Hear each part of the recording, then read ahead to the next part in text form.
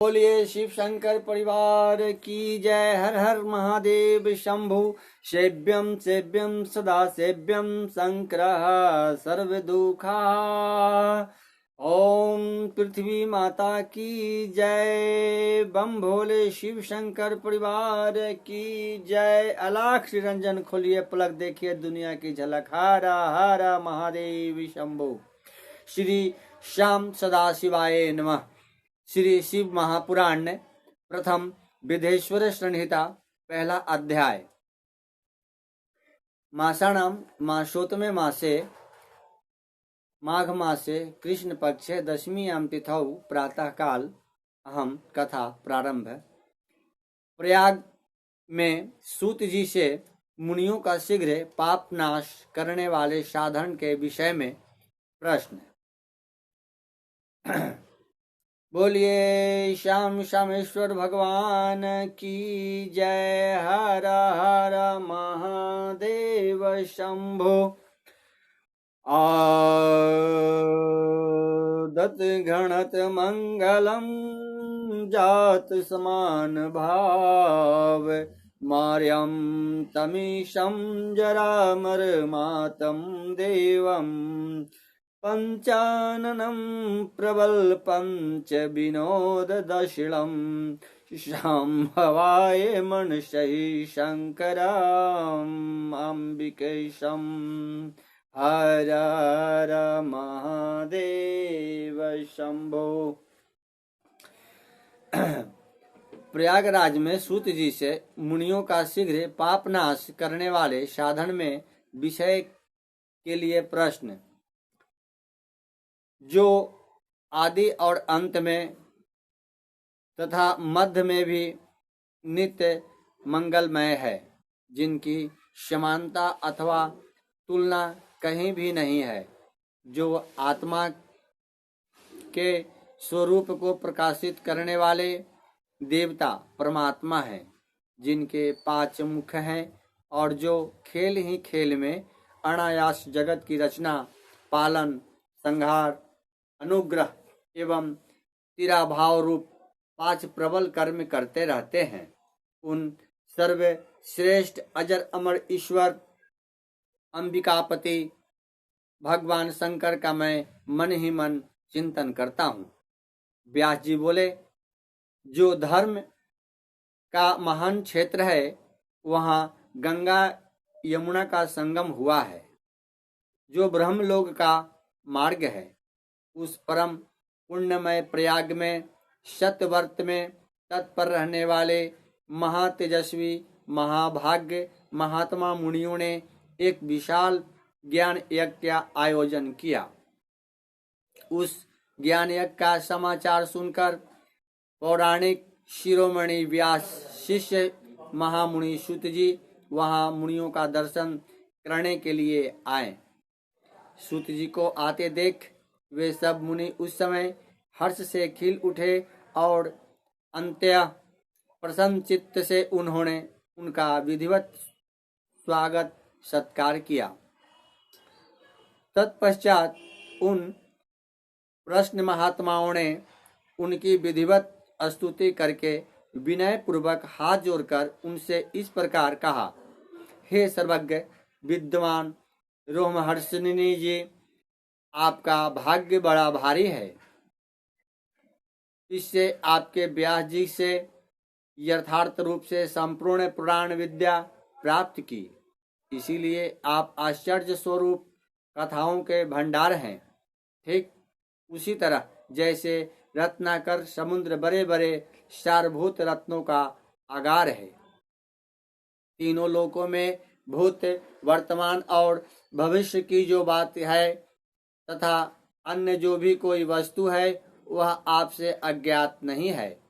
आप हमारे सौभाग्य से इस यज्ञ का दर्शन करने के लिए यहाँ आ गए हैं और इसी व्यास से हमारा कुछ कल्याण करने वाले हैं, क्योंकि आपका आगमन निरर्थक नहीं हो सकता। हमने पहले भी आपसे शुभाशुभ तत्व का पूरा वर्णन सुना है, किंतु उससे तृप्ति नहीं होती, हमें उसे सुनने की बार बार इच्छा होती है। उत्तम बुद्धि वाले हे सूत जी, इस समय हमें एक ही बात सुननी है। यदि आपका अनुग्रह हो तो गोपनीय होने पर भी आप उस विषय का वर्णन करें। घोर कलयुग आने पर मनुष्य पुण्य कर्म से दूर रहेंगे, दुराचार में फंस जाएंगे, सब के सब सत्य भाषण से विमुख हो जाएंगे, दूसरों की निंदा में तत्पर होंगे, प्राय धन को हड़पने की इच्छा करेंगे, उनका मन प्राय स्त्रियों में आसक्त होगा और वे दूसरे प्राणियों की हिंसा किया करेंगे। वे अपने शरीर को ही आत्मा समझेंगे। वे मूढ़, नास्तिक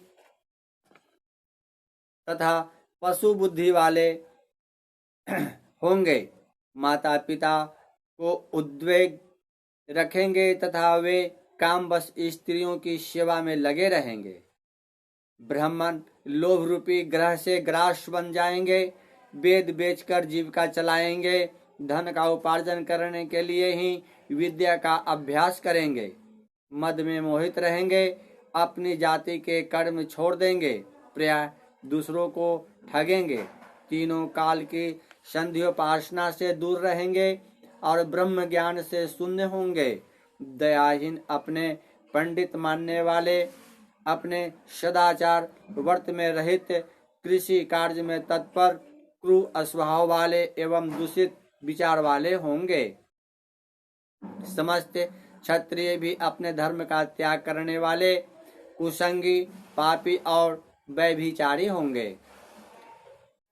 उनमें शौर्य का अभाव होगा। वे युद्ध से विरक्त अर्थात रण में प्रीति न होने से भागने वाले होंगे। वे कुत्सित, चौर्य कर्म से जीविका चलाएंगे, शूद्रों के समान बर्ताव करेंगे और उनका चित्त काम का किंकर बना रहेगा। वे शास्त्र अस्त्र विद्या को नहीं जानने वाले, गौ और ब्राह्मण की रक्षा न करने वाले, शरणागत की रक्षा न करने वाले तथा सदा कामिनी की को खोज में तत्पर रहेंगे।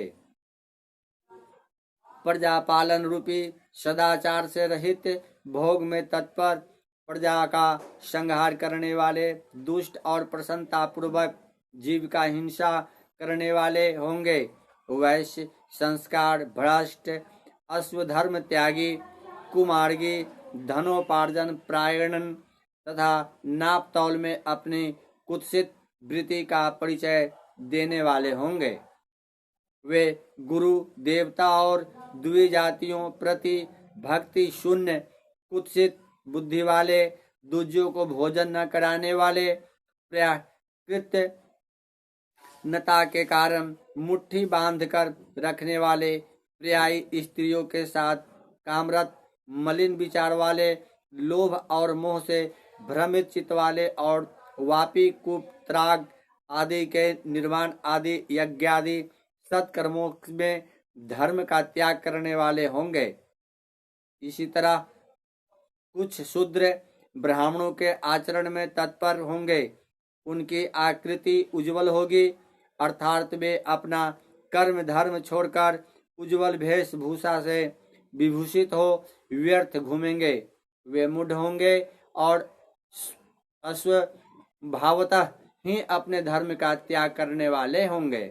वे भांति भांति के तप करने वाले होंगे, द्विजों को अपमानित करेंगे, छोटे बच्चों की अल्प मृत्यु होने के लिए अभिचारिक कर्म करेंगे, मंत्रों के उच्चारण करने में तत्पर रहेंगे, शालग्राम की मूर्ति आदि पूजेंगे, होम करेंगे, किसी न किसी के प्रतिकूल विचार सदा करते रहेंगे, कुटिल स्वभाव वाले होंगे और द्विजनों के द्वेष भाव रखने वाले होंगे। वे यदि धनी हुए तो कुकर्म में लग जाएंगे, यदि विद्वान हुए तो विवाद करने वाले होंगे, कथा और उपासना धर्मों में वक्ता होंगे और धर्म का लोप करने वाले होंगे। वे सुंदर राजाओं के समान वेशभूषा धारण करने वाले, दंभी, दानमानी, अतिशय अभिमानी विप्र आदि को अपना सेवक मानकर अपने को स्वामी मानने वाले होंगे। वे अपने धर्म से शून्य मूढ़ वर्ण संकरा क्रूर बुद्धि वाले महाभिमानी और सदाचारों वर्णों के धर्म का लोप करने वाले होंगे। वे अपने को श्रेष्ठ कुलनता मानकर चारों वर्णों से विपरीत व्यवहार करने वाले, सभी ब्राह्मणों को भ्रष्ट करने वाले, मूढ़ और अनुचित रूप से सत्कर्म करने में तत्पर होंगे। कलयुग की स्त्रियां प्राय सदाचार से भ्रष्ट होंगी, पति का अपमान करने वाली होंगी, सास ससुर से द्रोह करेंगी, किसी से भय नहीं मानेंगी और मलिन भोजन करेंगी। वे कुत्सित हाव भाव में तत्पर होंगी, उनका शील अस्वभाव बहुत बुरा होगा। वे काम विहिल पर पति से रति करने वाली और अपने पति को सेवा से सदा विमुख रहेंगी। संतानें माता पिता के प्रति श्रद्धा रहित, दुष्ट, अस्वभाव भाव वाली, असक्त विद्या पढ़ने वाली तथा सदा रोगग्रस्त शरीर वाली होंगी। हे सुत जी, इस तरह जिनकी बुद्धि नष्ट हो गई है और जिन्होंने अपने धर्म का त्याग कर दिया है, ऐसे लोगों को इहलोक और परलोक में उत्तम गति कैसे प्राप्त होगी? इसी चिंता से हमारा मन सदा व्याकुल रहता है। परोपकार के समान दूसरा कोई धर्म नहीं है, अतः जिस छोटे उपाय से इन सब के पापों का तत्काल नाश हो जाए, उसे इस समय कृपया पूर्वक बताइए, क्योंकि आप समस्त सिद्धांतों के ज्ञाता हैं। व्यास जी बोले, उन भावी तमा मुनियों की यह बात सुनकर सूत जी मन ही मन भगवान शंकर का स्मरण करके उन मुनियों से इस प्रकार कहने लगे। आगे की कथा। बोलिए शिव शंकर परिवार की जय। हर हर महादेव शंभु। ओम शांति शांति शांति। पृथ्वी माता की जय। संपूर्ण पृथ्वी लोकों में एक सूत्र हो, ना कोई गांठ हो। हर हर महादेव शंभु। फिर मिलेंगे।